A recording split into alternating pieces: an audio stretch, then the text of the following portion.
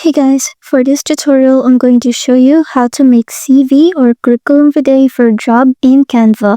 So after you've opened Canva, over here in the search bar, you want to search for CV, or it could also be a resume.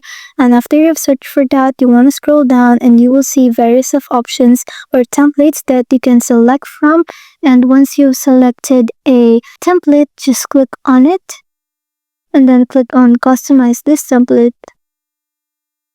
And from here, you can go ahead and customize this. You of course want to change the photo to your own photo, and in order to do that, just go here to the left side bar, click on uploads, then click on upload files, then upload your photo and drag it over here to the frame in order to change the photo.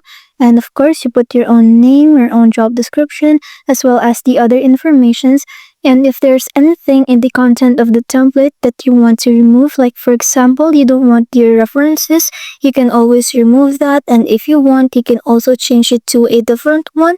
And once you've done that, you can also change the color of the template if you want. Just click on an element. Then over here at the top, you can change the color to whichever you'd like. And after you've customized your CV, just click on share over here at the top, then click on download, so you'll have a copy of the CV that you made. So I hope this helps, and thanks for watching.